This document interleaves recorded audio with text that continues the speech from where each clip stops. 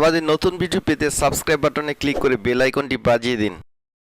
আসসালামু আলাইকুম ভিউয়ার্স, আজ আমি আপনাদের জন্য আরবি শেখার আরেকটি নতুন ভিডিও নিয়ে হাজির হয়েছি।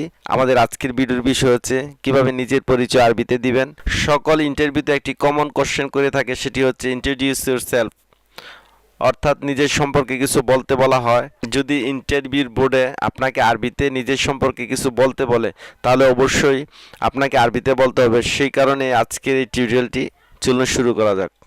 তো নিজের সম্পর্কে বলতে যে প্রথমে আপনি বলতে হবে ইসমি। ইসমি মানে হচ্ছে আমার নাম। তো যার যার নাম বলবেন, এখানে আব্দুর রহমান বলা আছে, তো ইসমি আব্দুর রহমান, এর বাংলা হচ্ছে আমার নাম আব্দুর রহমান। আপনার নাম যদি আব্দুল্লাহ হয়ে থাকে তাহলে বলবেন ইসমি আব্দুল্লাহ। ইসমি মানে হচ্ছে আমার নাম। তারপরে আপনাকে বলতে হবে আপনি কোন দেশ থেকে এসেছেন, তাহলে আরবিতে এভাবে বলবেন আনা মিন বাংলাদেশ, অর্থাৎ আমি বাংলাদেশ থেকে এসেছি।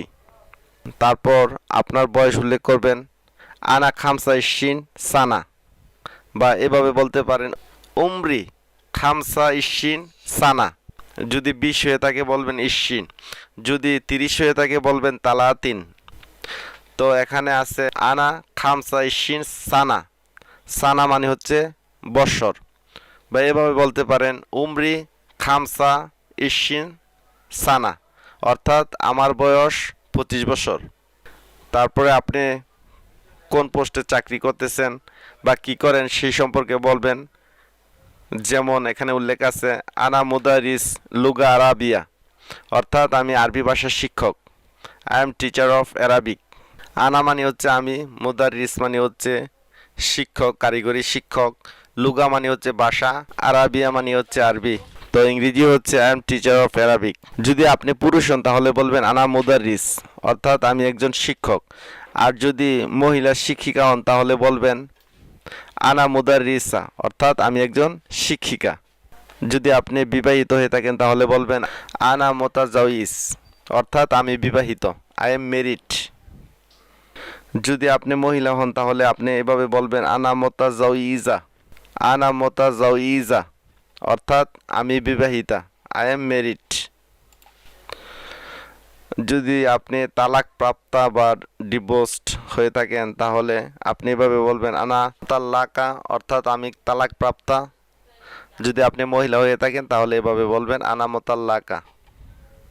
যদি আপনি অবিবাহিত বা সিঙ্গেল হয়ে থাকেন তাহলে এভাবে বলবেন আনা আজবা বা আনা আজবি।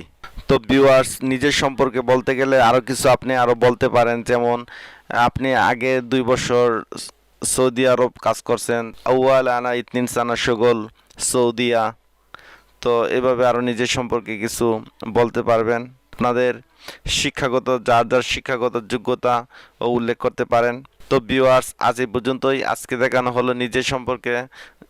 যদি কোনো ইন্টারভিউ বোর্ডে আপনাকে প্রশ্ন করে তাহলে কিছুটা হলে এখান থেকে উপকৃত হতে পারবেন, আরও কিছু অ্যাড করবেন।